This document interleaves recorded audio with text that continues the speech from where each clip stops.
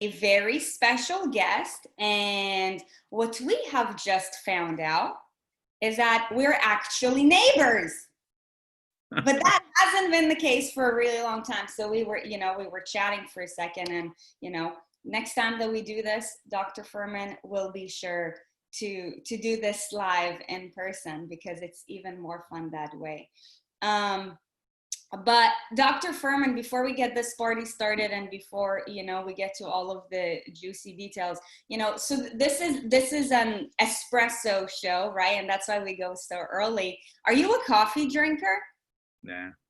No. Who in here is a coffee drinker? Dr. Furman, what do you drink in the morning? I don't even drink liquids. That's a joke. I don't really drink in the morning. I just get up and when I feel like I have breakfast. I love it. Amazing. I never got into coffee or anything like addictive. My father was addicted to coffee, and he was like, I just never got started with it. Hey, I gotta say though, you can take the boy out of Jersey, but you can't take the Jersey accent out of the boy. That's for sure. I love it. You guys, are we ready to get this party started?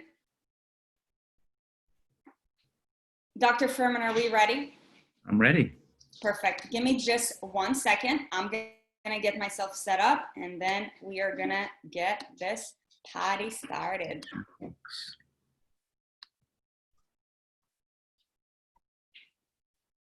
So Dr. Furman, fun fact about me, I'm not sure if you know this, but I actually used to live in Jersey for 8 years, and I did my undergrad and my graduate in Jersey. Really? At Rutgers? No, at Drew. Are you familiar with that? It's a liberal arts school. Yes, I am familiar with it, sure.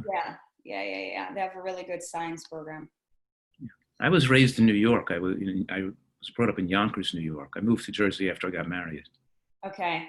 Yeah, it's a good place to live, that's for sure. But now I'm moving in San Diego, California. Yeah, but Del Mar is where it's at. Sweet.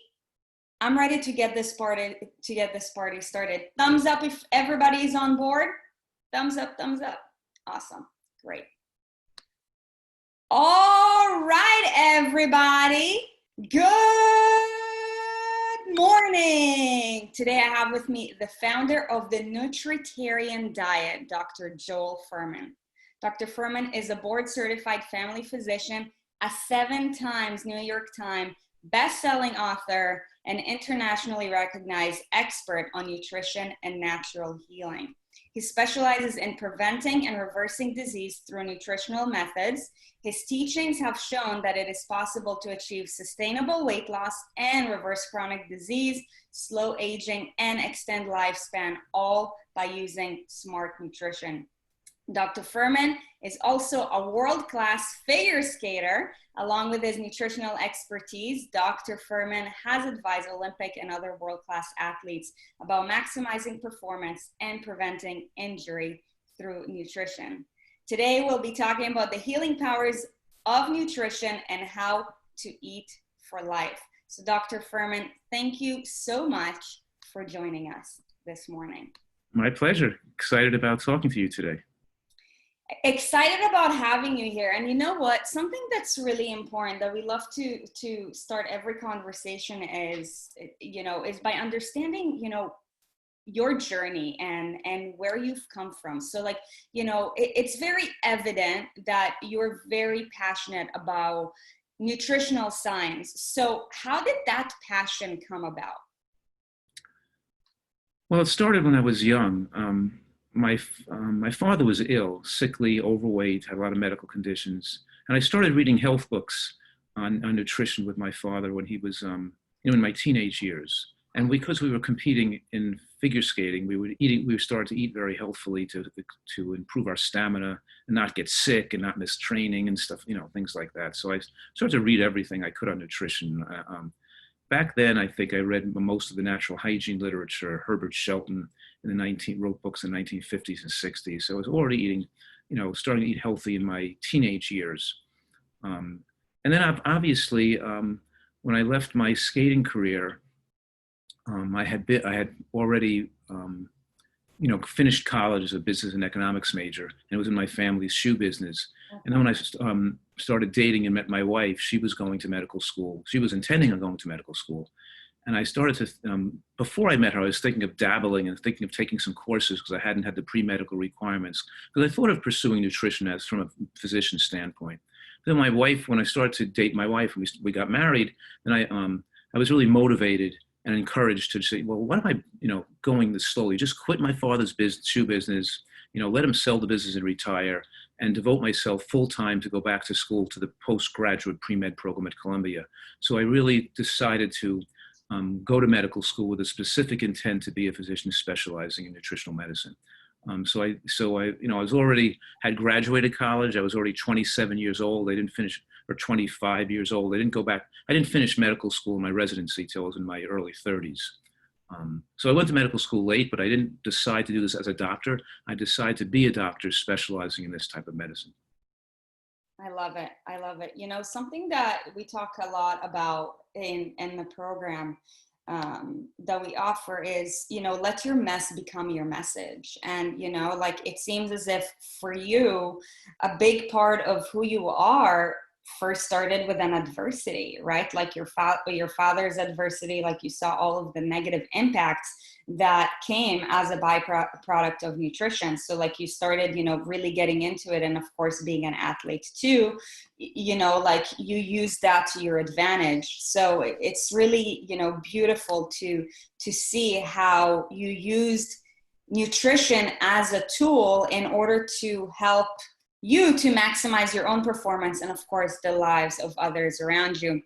And Dr. Fuhrman, something that is really interesting, and I mean it's probably like for you something that you're so passionate about. Like currently society is more overweight than it has ever been, right? Like the CDC shows that 72% of American adults over the age of 20 are overweight and 40% are obese, right? Like, however, at the same time, that's wrong though. We'll go over that. That's not. Let me comment on that later. Yeah. Okay, please.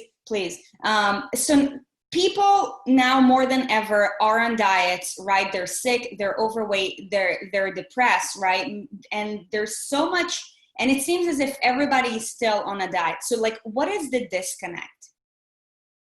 Well, okay. Now, first of all, the CDC and the Center for Disease Control and the National Institute of Health, they say about 70% of people are overweight. But the reason they say that is because they use a BMI of 25 as the demarcation line between normal weight and overweight people.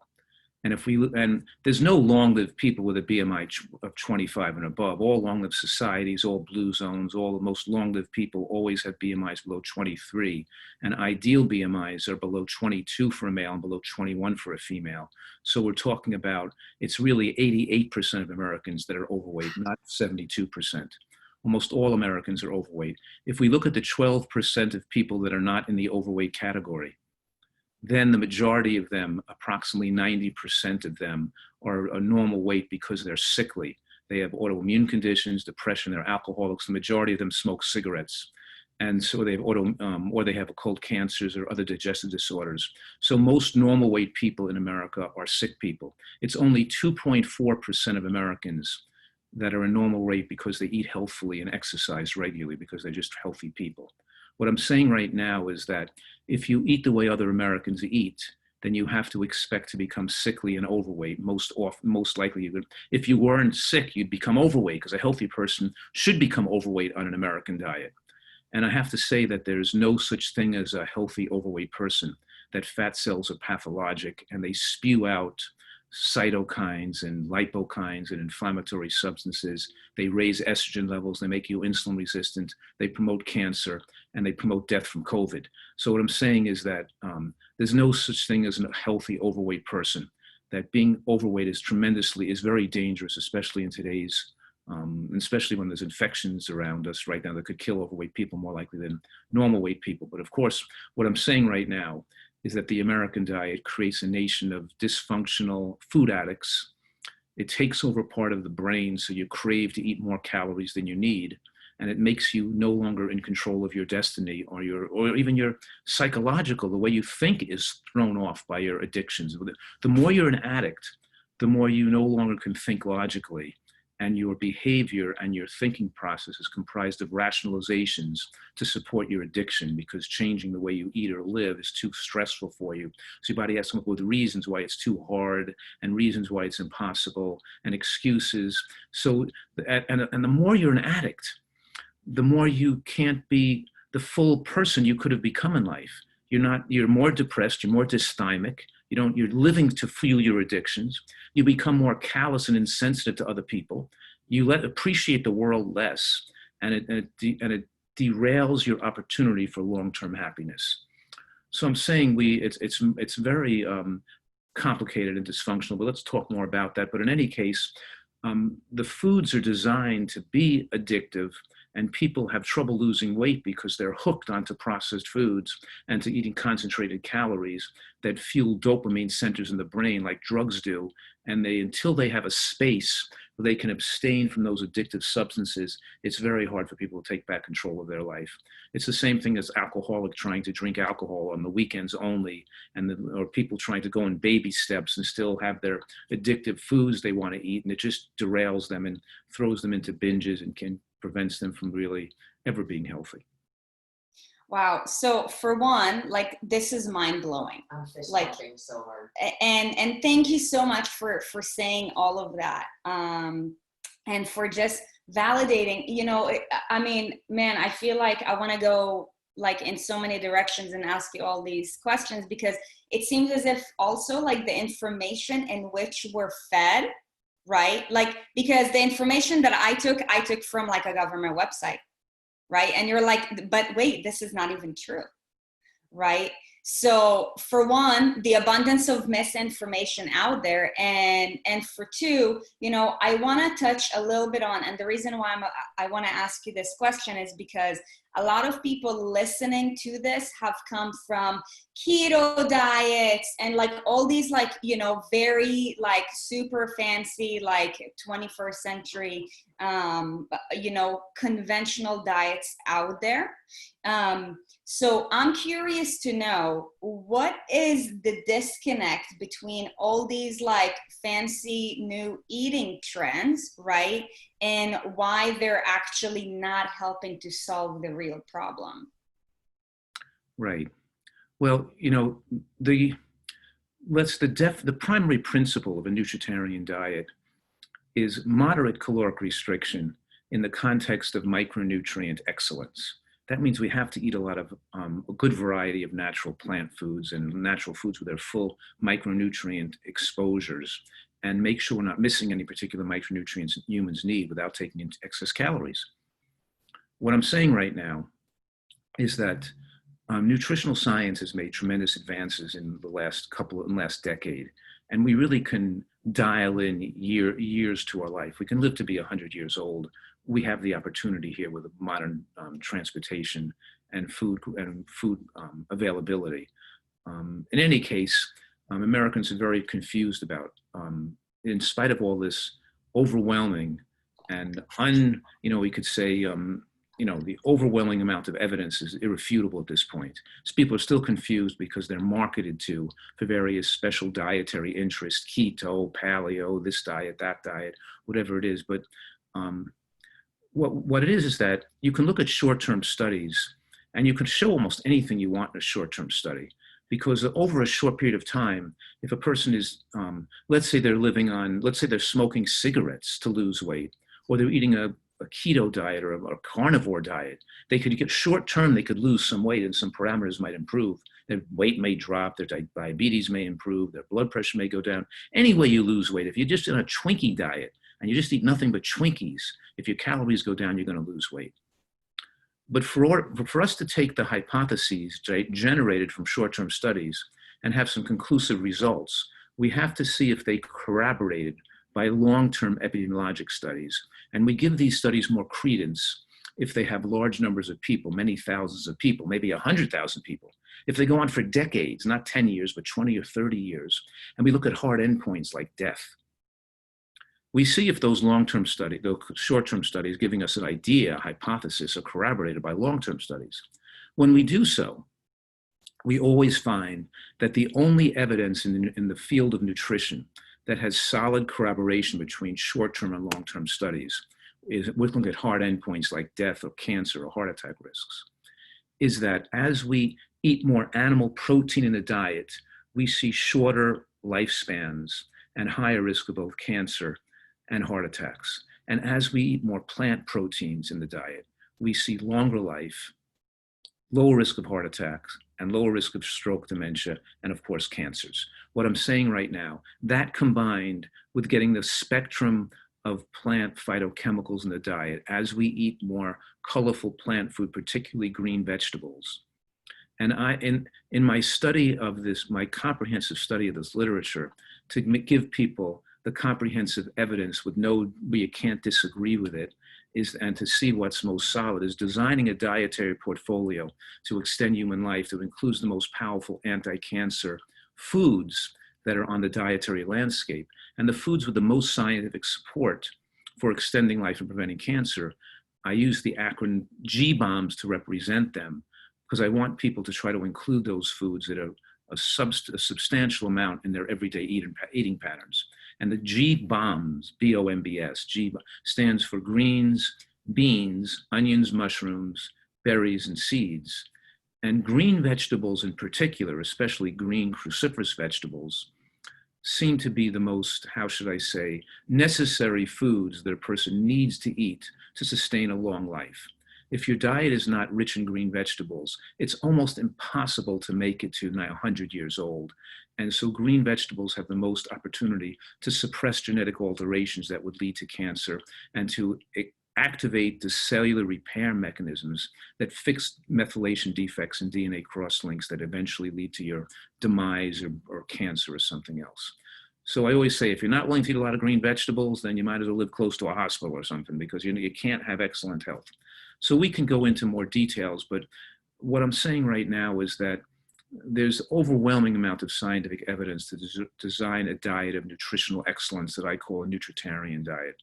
And that diet has to be predominantly plant-based, that it has to be the consumption of animal foods, not just animal fat, but animal protein, has to be held to a relatively low level to achieve optimal health. Because plus the fact that if you eat too many animal products, it takes away the space on your caloric pie to be able to fit all the nutrients, so the plant-based nutrients you need to have all the antioxidants and phytochemicals you need to slow aging. And also, if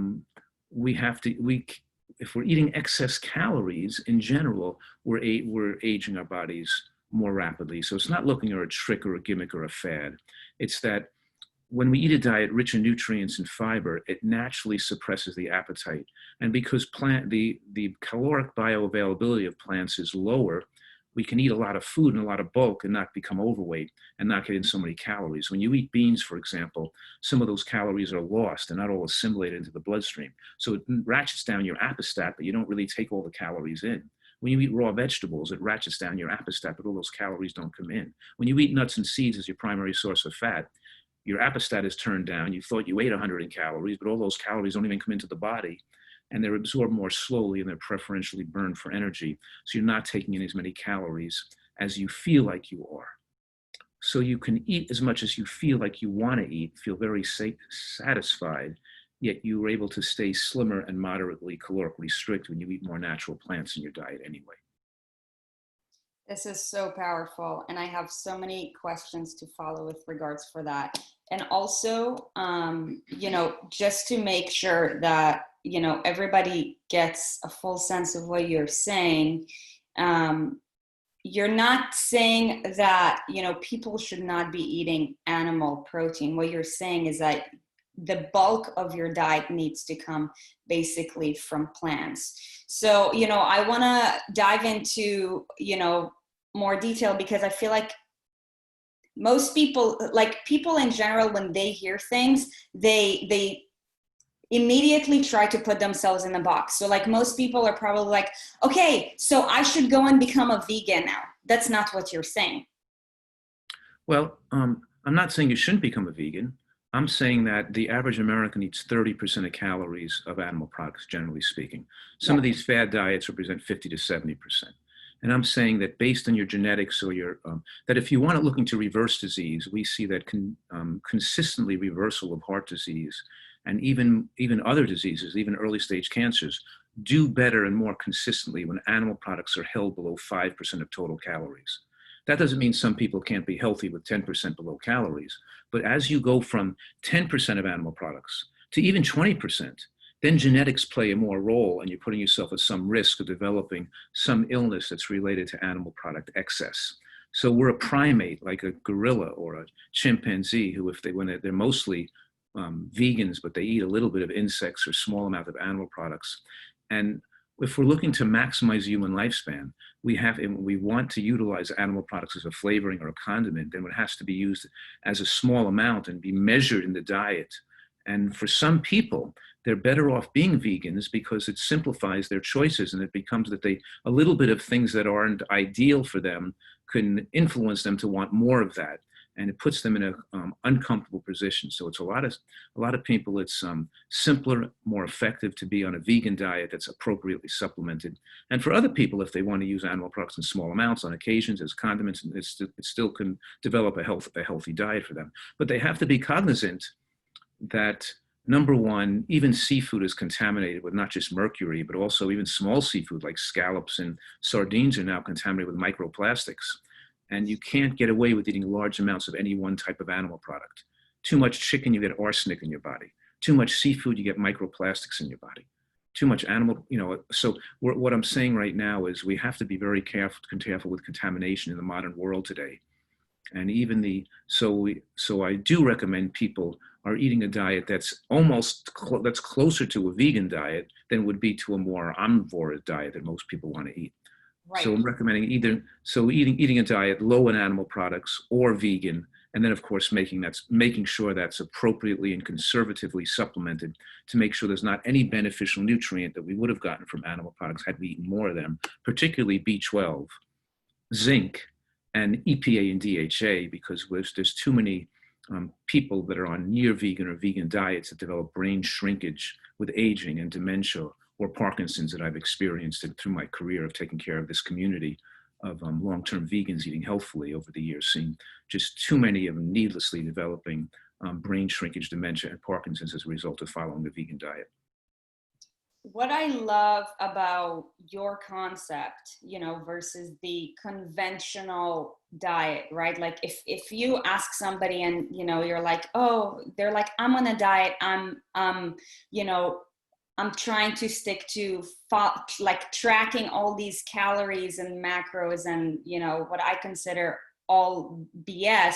What I love about your concept is that it happens by default, right? Because the main focus is on eating a micronutrient dense diet. And by default, right, there is a caloric restriction. Meanwhile, people are getting, things that are labeled like 100-calorie Oreos and that sort of thing, right? So like, it's not about eating less, you guys, it's about eating more of the good stuff. And I think that's what people need to understand, that, the conventional diet is full of little shitty things, right? And I think it's fair to say that, like, this is for a lot of the audience listening, like, a lot of people think that if you want to lose weight, then like you shouldn't be eating, right? So like, especially for females, and please tell us if you find that with your female population, it's like they try to not eat breakfast, not eat lunch, right? But then like, because they restrict themselves so much, for one, there's this like emotional attachment to food. And like, once they see it, it's like all hell breaks loose. Right. And also the thought that, if you want to lose weight, then you shouldn't be eating, which I find completely absurd. Right. Well, just to put this into action for a minute, like, for example, I want people who want to have optimal health or to lose weight permanently to consider lunch the most important meal of the day. And I want them to eat a very large, hearty lunch. And it should always consider, let's put it into exactly what it is. It's a giant salad. Okay. And the salad has cruciferous vegetables, onions, scallions, tomatoes, whatever you want to put them, cooked mushrooms on it. But you use a dressing that's healthy, made from nuts and seeds, maybe blended with tomato sauce and garlic and almond butter, or maybe it's with black fig vinegar, or maybe it's an orange or a mango blended with blood orange vinegar and some cashews and hemp seeds, whatever. You make a healthy dressing that's not full of salt and oil and sugar. And then a bowl of vegetable bean soup that you might have made on the weekends. You might have eaten the same soup for 4 or 5 days, and some fruit. So when you're chewing all that, and of course, people learn not to chew. They don't really know how to chew because they're eating an American diet with like bread and eggs, and they're just eating all these things that you just can suck in without having to chew. When you're eating vegetables, you have to chew them very well. And then when you're eating all this food, you actually not only feel satisfied, you feel like you can't hardly eat it all. It's hard to eat all this roughage and all the soups and all the beans and all the fruit you're trying to eat at lunch. You're actually feeling like, well, I don't want people to eat that are uncomfortable. I want them to eat till they're satisfied.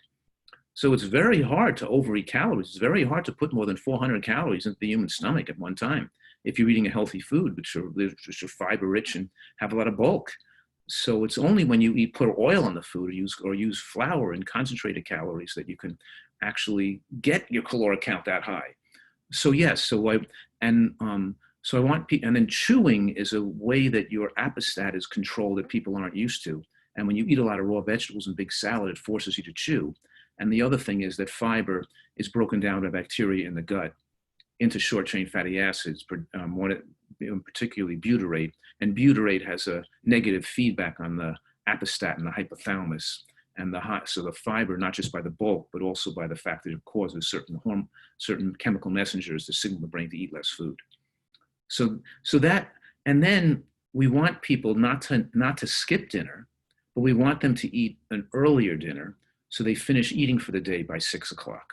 So they have some periods of 3 or 4 hours, so they're not going to bed on a full stomach, because your body is more efficiently at burning energy earlier in the day, and you age slower and get more detox potential if you're sleeping while you're not digesting food. So it's also one is making lunch the main meal. And the second thing, of course, is eating dinner, an earlier dinner. We might make, a wok vegetable dish with a delicious, let's say banana ice cream dessert or something, whatever it is you're making a dinner with, like a dip with some raw vegetables, with a dip, whatever it is, your dinner should not be making yourself, stuffed and lethargic and heavy at dinner. You should be able to go out there for a walk, or go out there and play volleyball, or go out there and do whatever you want after dinner and have some fun, and not feel that you've weighted yourself down, and not want people to starve themselves, but we want them to go to bed not digesting food. If they want to eat more food, they should be eating it earlier in the day. Yeah, I love I that. say after 6 o'clock, shut the restaurant down, clean the kitchen, clean your teeth, water pick and floss, and try to stay away from food for the rest of the night. That's one of the major factors. Eating healthy and not eating late at night are the key to being successful and being at the right weight. So you touched on G-bombs already. I just want to do a quick recap to make sure that we all got it. So what does G-bomb stand for? Okay. And then specifically, if we can touch on what is their specific impact on someone's health and longevity, like for each of those 1, 2, 3, 4, 5, 6 elements. I gave a 2-hour lecture on that question. But oh wow. All right, so we'll just touch on. So G-bombs obviously stands for greens, beans, onions, mushrooms, berries, and seeds. I can spend like a couple of minutes on each subject, but we're talking about green vegetables, particularly the green cruciferous vegetables, which form isothiocyanates. We call them ITCs while we're chewing them, because we break down the myrosinase enzyme that's housed in the cell wall of the vegetables. And the better we chew the vegetable, the more ITCs are formed. And ITCs are probably the most powerful activator of the cell machinery that repairs DNA problems and removes toxic waste from inside cells. So It's called the ARE, or the antioxidant response element, is the part of your DNA that's functioning to create repair and healing, and that's your your self-repair mechanism is housed in that section of your DNA, and that DNA is activated mostly by these ITCs and green cruciferous vegetables like broccoli and cabbage and bok choy and Brussels sprouts. And the more we eat these things raw and put them in our salad and chew them, or blend them in a blender and then pour them in the soup to cook, the more we break down the cell wall of those foods, the more we activate those ITCs. So they're particularly powerful against breast and prostate cancer. Like, people may have heard of the ITC sulforaphane in broccoli.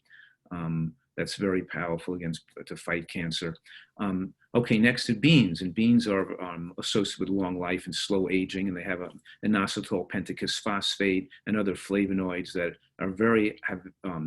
enable the body to help recognize and destroy cells that are abnormal and direct apoptosis, which means the death of abnormal cells or cancer cells. So beans are the, how should you say, they're the carbohydrate source in our diet that has the most slowly digestible carbohydrates, the lowest glycemic load of any carbohydrate food, and the most resistant starch.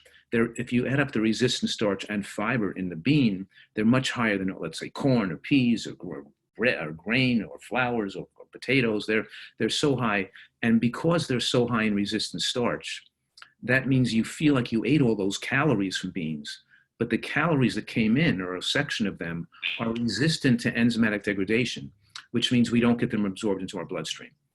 So the calories pass through us into our toilet bowl. So we feel like we're in 200 calories, but 200 calories never comes in. So it ratchets. So you feel like you're eating a lot of food and you're feeling full, but you're not really getting those calories into your body.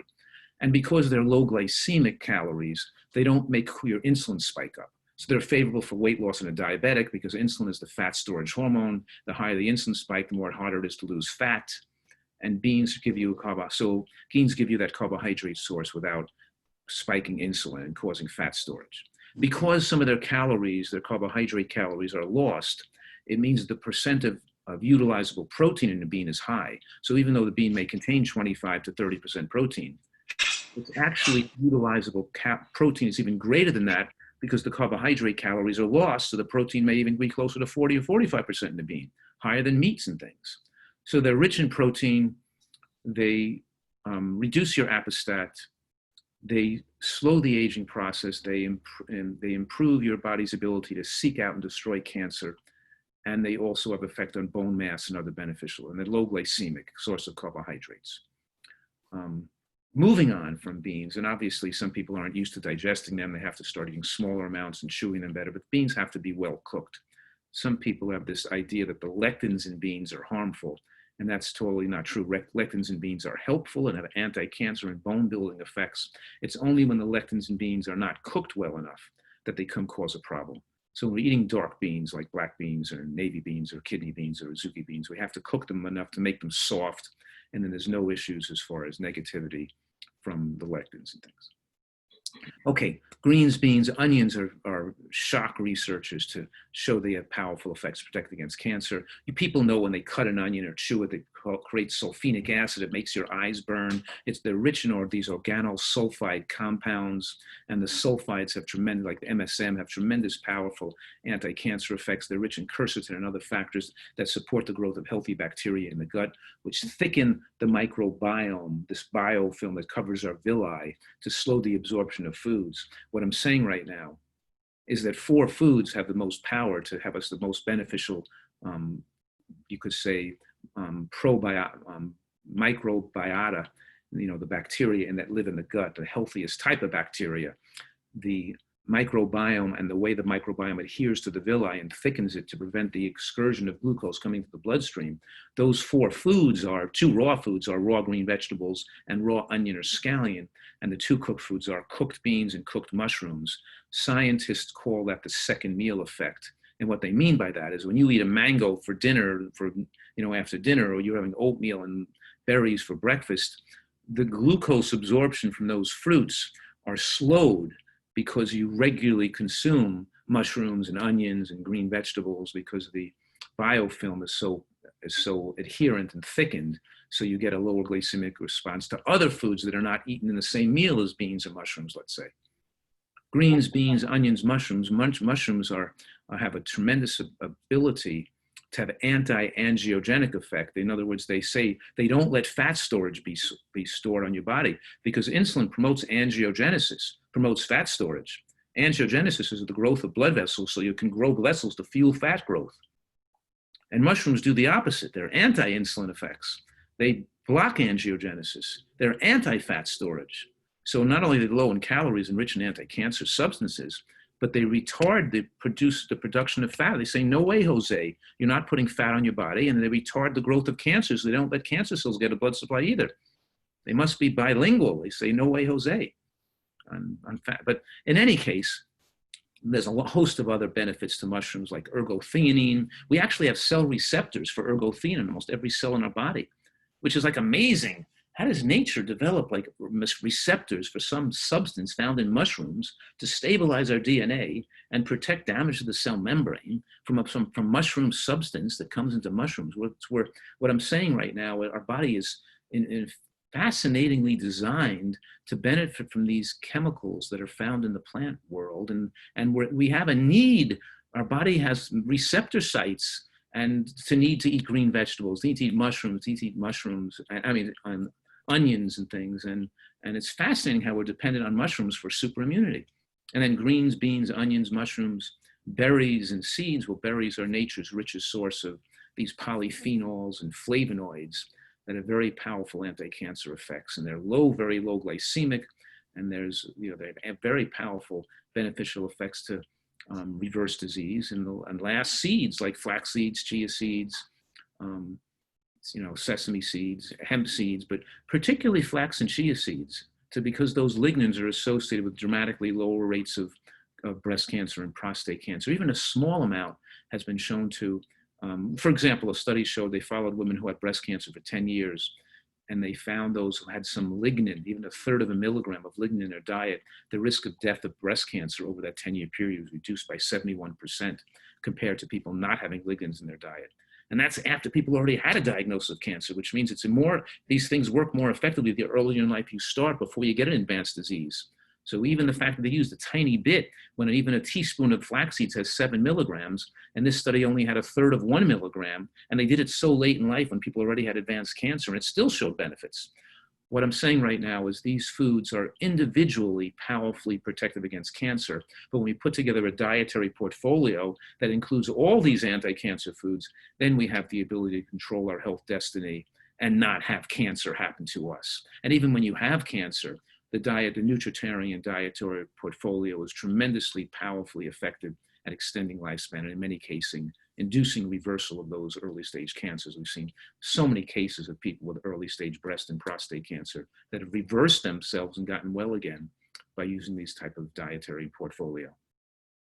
I love that you said to not have cancer happen to us. I think the biggest misconception, one of the very big misconceptions, is that, it almost seems as if people have this war with their body, but I'm like, dude, it's all your fault. Like, you actually brought that to your body. Like, your body has healing powers if you give it the right tools. And I think it's because, society is just so disconnected from really what, the nutritarian diet and how we are meant to eat and live, that our body gets sick. So people get mad at their body. I'm like, your body is sick because it's mad at you, because you've been treating it like shit for decades. Right. So you have a few really cool phrases. And by the way, I want to thank you so much, because you have this beautiful gift in the sense that, scientific, very advanced science, and you have this gift of being able to simplify it to layman terms so that everybody can understand that. Don't you guys agree?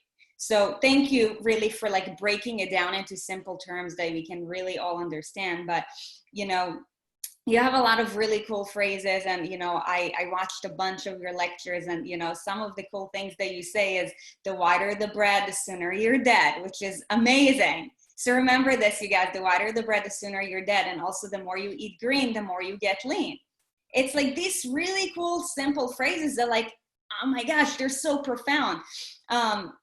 But, you know, I want to touch up a little bit on the importance of hormonal regulation and how the inability to regulate our hormones actually increases our chances of, you know, developing weight gain and chronic disease and all the terrible things associated with it. Right. And to reiterate, the major factor messing up our hormones is extra body fat, because body fat spews out pro-inflammatory substances into the bloodstream, and it activates aromatase, which is the hormone producing estrogen.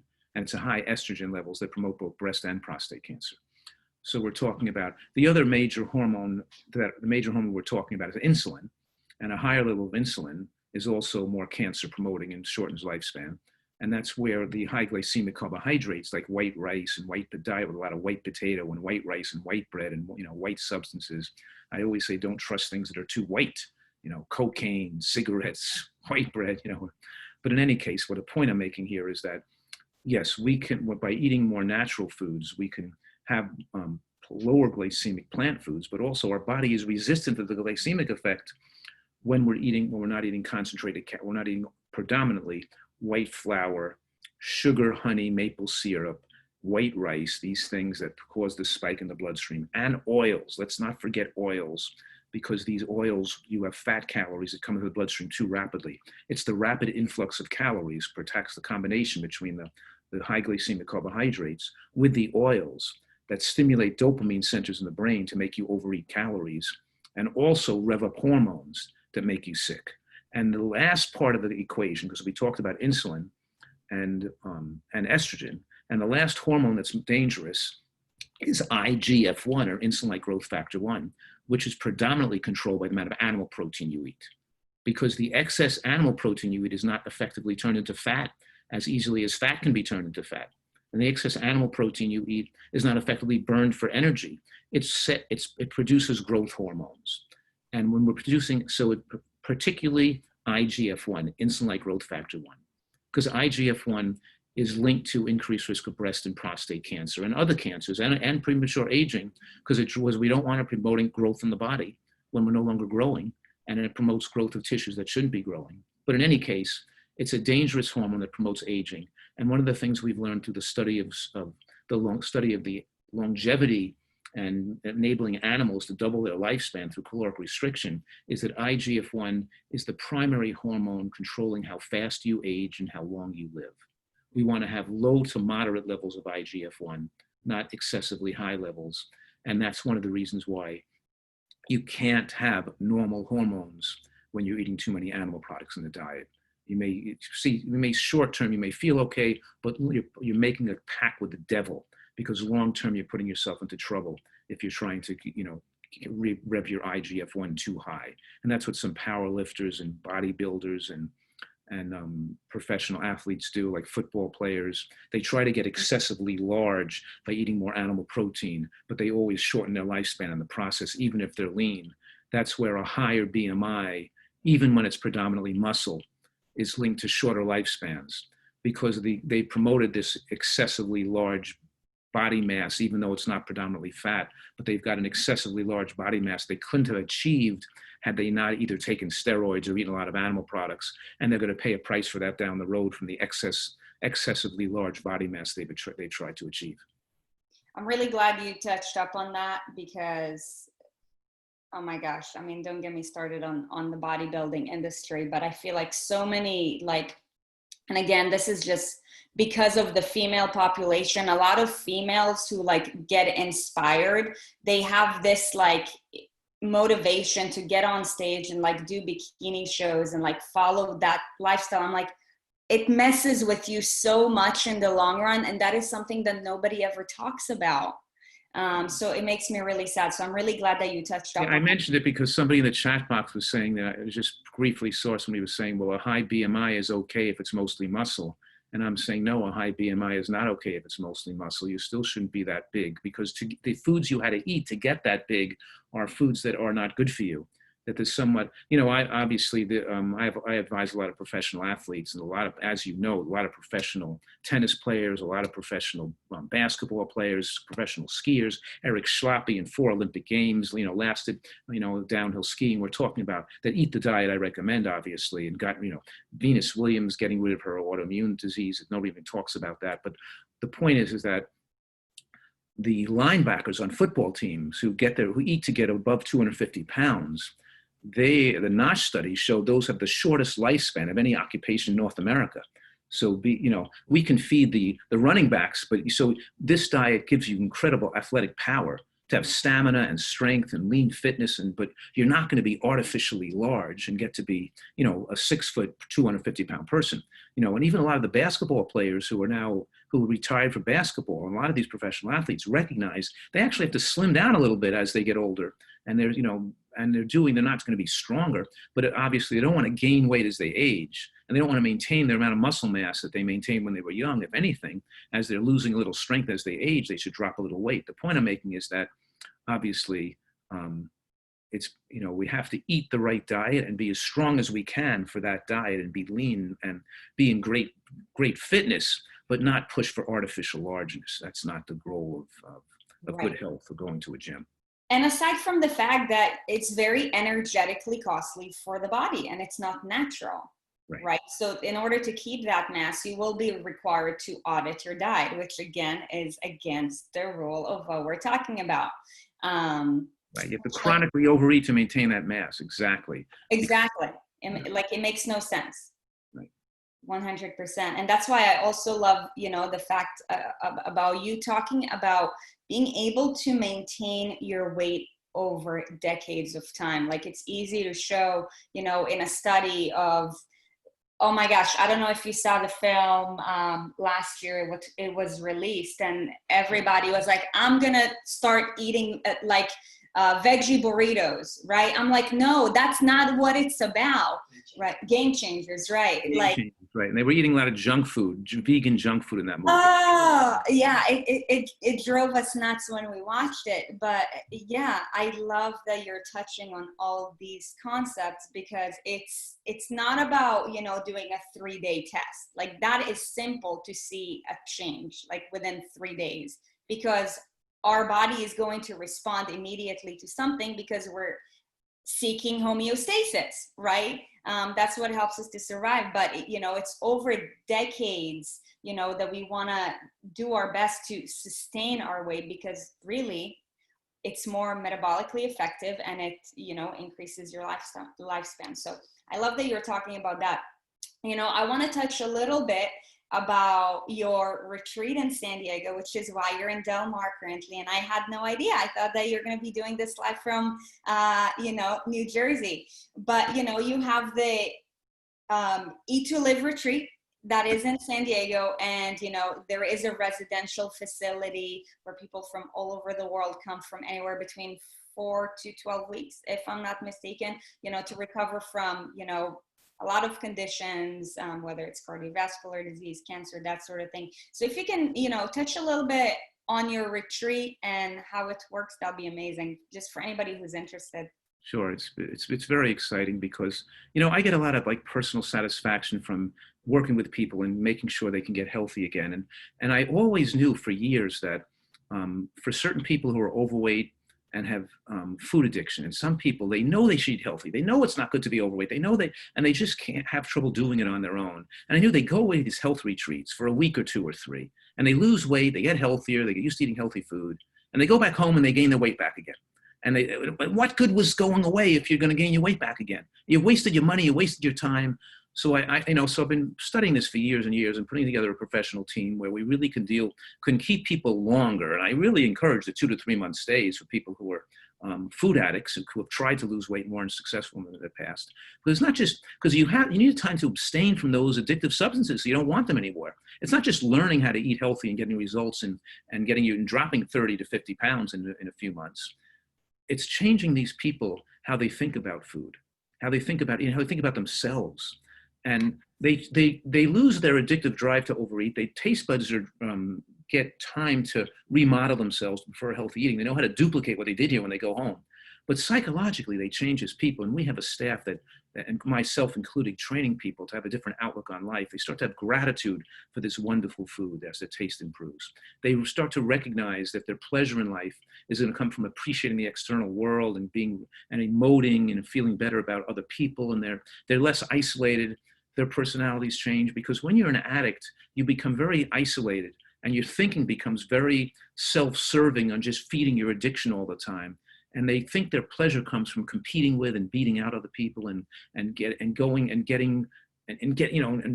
being more self-motivated as opposed. So what I'm saying right now is that even though we have a lot of people come in with serious illnesses like autoimmune conditions and heart disease, our real specialty is dealing with people who are overweight, who stay here for a while, lose weight, and then continue the process of achieving their ideal weight when they go home, because we've changed their whole future life's trajectory because of what they learned at the retreat.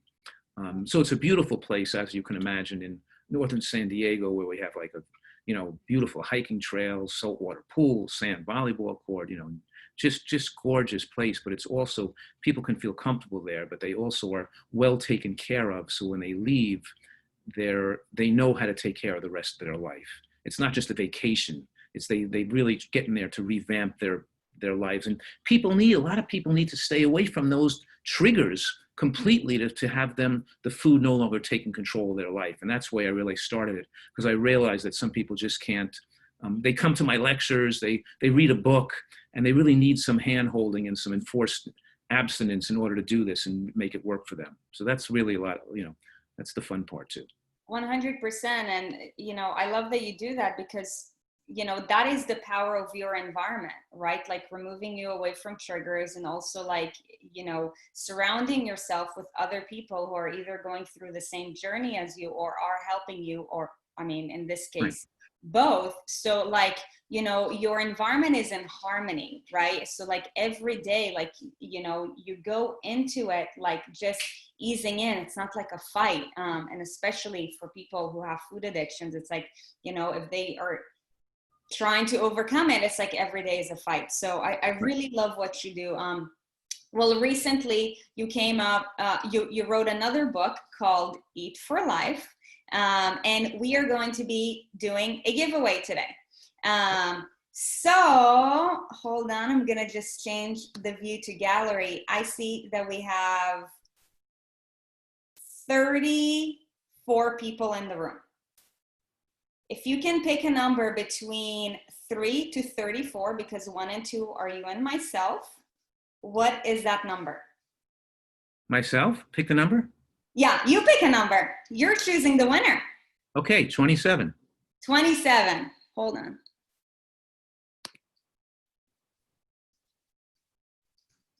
Jerry Bergman. Oh, shit. Awesome. So, Jerry, you are the lucky winner, and you're going to receive a copy of Dr. Fuhrman's new book, Eat for Life. But in all seriousness, you guys, wasn't he incredible? Give us a thumbs up. So the reality is that each and every one of y'all should get a copy of this book. And also, if you're curious about Dr. Fuhrman's retreat, where can the audience get more info with regards to that? Just go to drfuhrman.com. They'll see a tab on top that says retreat, and they can just click on that. Perfect. drfuhrman.com. Incredible. Well, Dr. Fuhrman, I appreciate you, giving us a little bit of your time on this Friday morning. I know that you're up to so many things, so your time is precious, and, we're so honored and grateful that you chose to spend a bit of your morning with us. And then for you guys who have joined us this morning, I really hope that you found a lot of value. I know that you did, because this conversation was amazing. For anybody who will be listening to this later on today or later, thank you for taking your time to listen to this. And, I'm really wishing each and every one of you all an incredibly fulfilled and sustainable and happy life, because by the end of the day, that is what this is all about. Nutrition is nothing but a vehicle to a better life. Dr. Fuhrman, if anybody was to stop you, like, you know, as you're walking on the streets of Del Mar and was like, you know what? Oh my gosh, like I read all of your books. If you could give me one tip, what would that be? One tip, Yeah. um, well, make every day of your life like a vacation. You know, enjoy your life and take care of your body. You only get one, and realize your happiness is all dependent on how well you take care of yourself and how well you eat. Because you have so much opportunity for fun, and you don't have to get COVID. You don't have to be fearful of things when you take good care of your body. You can live your life with gusto, excitement, and pleasure. And it's not. Um, we're eating healthfully to give us more pleasure in life, and healthy eating tastes great. So don't feel deprived, feel excited and empowered. And this is just the most fun way to live. Ah, I love it. Yesterday at this time, I was surfing here in Del Mar. Where do you surf? You need to go surfing with Erin. Let's go surf. I surf usually once a week. Yes, yesterday morning at this time, I went to the corner of 20th Street and Ocean Boulevard and went into Del Mar Beach and surfed. That's below Dog Beach, right? Below Dog Beach, yes, because up by Dog Beach, it's more crowded where you're parking the cars. I could park the car in the street more conveniently about 20th Street and Ocean Boulevard. Yeah. What are you doing Saturday morning? I'm playing tennis. I don't go surfing on the weekends usually because it's so crowded there. Yeah. Sure. Ah, this is incredible. We'll meet up sometime. Yeah, for sure. We will connect with you. Dr. Fuhrman, again, thank you so much for your time. And that one last message just really filled up my heart with so much joy. You guys, everybody, thank you so much for joining us this morning. This was really incredible. Dr. Fuhrman, it's been an honor and a pleasure once again. And the next time we have to do this live. It'll be fun. Okay, bye-bye. Take care, guys. Happy Friday.